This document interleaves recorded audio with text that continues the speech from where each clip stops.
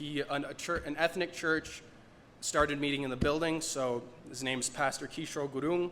Call him Pastor Kishore from now on. He is from the country of Bhutan. It's northeast of India. It's the little tiny one, straight east of Nepal. And he is the 3/4 of the population in Bhutan speak a different language. I don't know how to say it. And then about 1/4 of the population speaks Nepali. And so Pastor Kishore was a pastor of a church of Nepali-speaking people from Bhutan. There was a conflict of some kind. They became refugees. They fled to Nepal for a number of years. And when he was in Nepal, Pastor Kishore would go up into the mountain villages around the refugee camps and share the gospel. And every time they would beat him.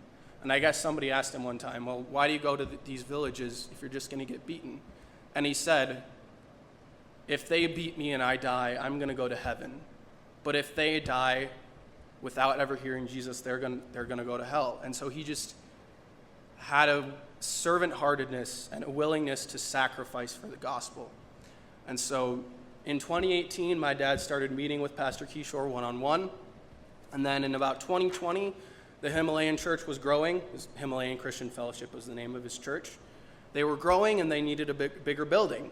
And so my dad, after some discussion with the board of elders and with Pastor Kishore, Himalayan Christian Fellowship started meeting in the building where my dad was pastoring. And so that was wonderful. Those guys are great. They have a very high respect for my dad because he's very, very good at showing internationals the love of Christ. He's an absolute natural. He's so relational. He's so kind. He's so loving. And he's very interested when he's talking to somebody.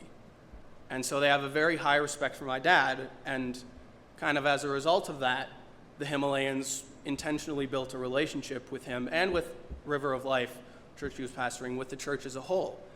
And so another thing is, family. It's a very family-oriented culture, and family's very big, both in terms of importance and size. And so I was blessed to kind of be included in that relationship building process. They would invite us over for church gatherings, and it was fun. But one time I remember they invited me and my mom and dad, Pastor Kishore, invited us to his daughter's birthday party.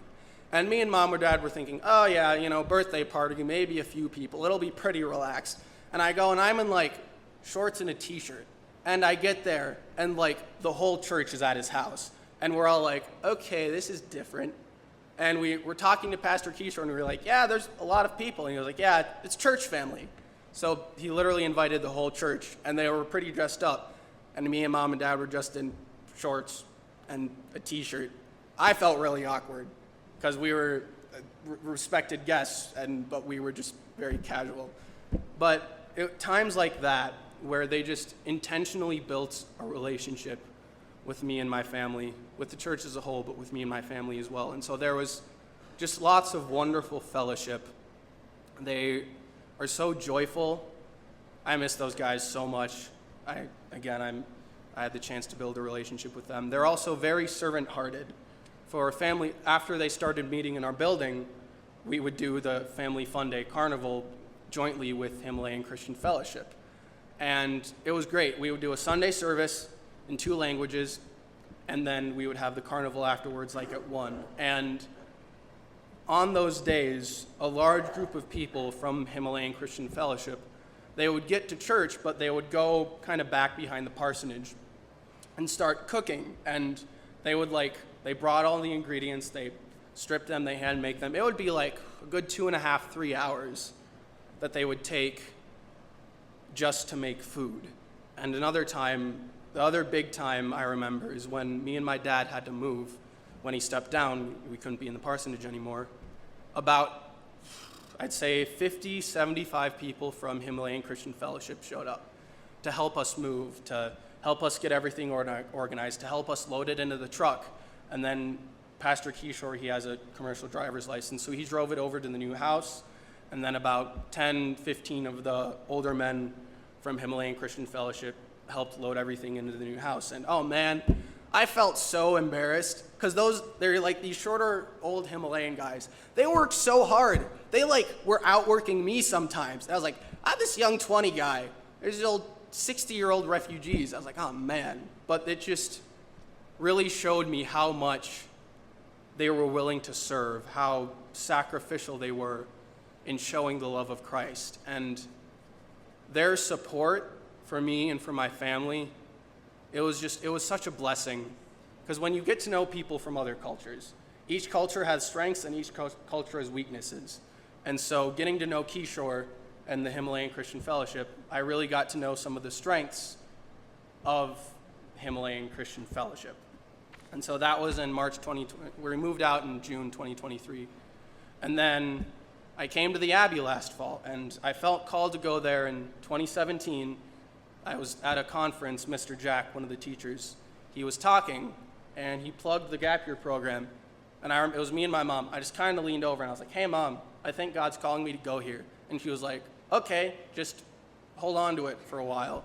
So I held on to it, and then post-high school came up, and I was like, Mom, program. So we looked into it, and my calling was confirmed. And so I actually graduated high school in 2022 and worked for a year so that I had the finances to go.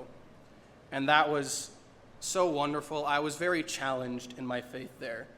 I was challenged just not to have any distractions, to focus on Christ, both in the classroom and outside of it.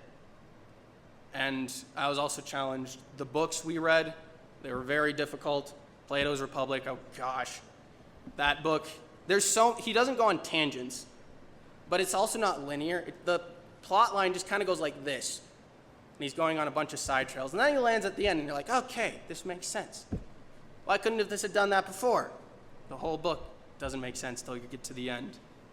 But we were challenged. We read wonderful books. And I also had very strong community there. I would meet with a group for devotionals every weekday morning, and they became my closest friends. They saw me, all the mistakes I made, all the times I needed support, the times I needed challenging. They were there. Same with my roommate. He saw how I lived. He could be like, hey, dude, you need to fix this. And I'd be like, yeah, you're right. So I had very strong support there. Our class verse actually is Ecclesiastes 4:12. And though a man might prevail against one who is alone, two will withstand him. A threefold cord is not quickly broken. And that is very much the atmosphere and the support I had at the Abbey. And so because of that, I grew. I grew in maturity. I grew in my ability to read and critically analyze books. And I just grew overall in my faith. It was a wonderful time, and I was blessed to be here during that time. And I'm so thankful I was. I'll come back to that a bit later. And so after I left the Abbey, I went to my summer camp, and this one I'll have to go over a little quicker. But I got to know a group of Karen guys. Now, Karen is an ethnic group from Southeast Asia. They're a stateless people. They don't have a country. And so it's Karen refugees and some kids of Karen refugees that went to my camp. And I first got to know them in 2022. And if I had more time, I'd talk more about it. But they are also very, very dear to me. And getting to know them, I got to laugh with them, hang out with them, have fun with them, play games with them. We'd be hearing the same teaching, and we got to know each other very, very well. In fact, this past year, I went again to Storybook this summer, they gave me a Karen ethnic shirt. And I'm not saying that because it's to try and say if you get to know internationals, you get free stuff. What I am saying is that it is, because in that, Karen culture is honor shame. And so giving that shirt to me, it was a sign of honor, a sign of respect, and also just a sign that he really valued my friendship. Mufle is his name. And so getting to know internationals, it's not as difficult as it sounds. You're building a relationship, and there are big moments like getting the shirt. I was privileged to help lead one of them to Christ in 2022, But overall, it's just a lot of little moments, asking, hey, how are you doing? Listening, hanging out with them, because we were both teenagers. For me, it looked like playing sports and just talking down by the lake. And so it's not a checklist. You get to know them. And I highlight that because cross-cultural missions has been very important during my walk with Christ. And engaging in cross-cultural missions and not always knowing what I'm doing. One of the family fun days, I was leading, there was like a musical chairs station. This is back with the Himalayans. And a massive group of Himalayans came over, and they didn't speak any English because they're all refugees. And so I'm just sitting there like, okay, I don't speak Nepali, they don't speak English, but they want to play musical chairs. And I just kind of sat there and froze, and I was like, what do I do? What do I do? Because it's like, you need to communicate, but I can't. We don't speak the same language. And so thankfully, one of the younger Himalayans came over, and she spoke English as well as Nepali. So I kind of went through her and translated, and I was like, oh, okay, thank you. Because before, I was just they were just sitting down in chairs, and I'd randomly call a number. Anyways, I have been so blessed getting to know the Oak Ridge boys, and they are truly lifelong friends of mine, even though we've only known each other for about 3 years at this rate. And so this last bit, I hope you guys aren't bored. I'm sorry. I'm bad at making stuff interesting sometimes, other times. Anyways, I hope you guys aren't bored. If you are, I'm sorry. I can talk to you later, and hopefully it'll be more interesting. But for this last bit, I'm going to talk about just why this church, why here. And so I first came to this church because there was you guys hosted like a breakfast and a Q&A session afterwards. It was like Jeff, I think Paula Shagley was there. I don't remember everyone, but it was wonderful. And then the Q&A session, I was very impressed with Pastor Jeff. Because I asked him about missions, and he gave the best response out of anyone that talked about missions. And I was like, okay, this guy gets it. And having participated in cross-cultural missions my whole life in one form or another, that's something I wanted in a church. And so a week after that, I went to Sunday service, and it was great.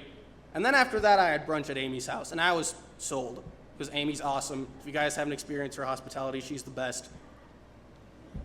And so from there I was sold. I kept going to Sunday service. I went caroling and Christmas caroling last year in the winter. That was really fun. A couple people were there. I enjoyed getting to know you. I enjoyed being on the worship team. I got to preach twice. And then at the end of the year, I went to the rodeo during Blossom Festival with Amy's small group. And that was fun.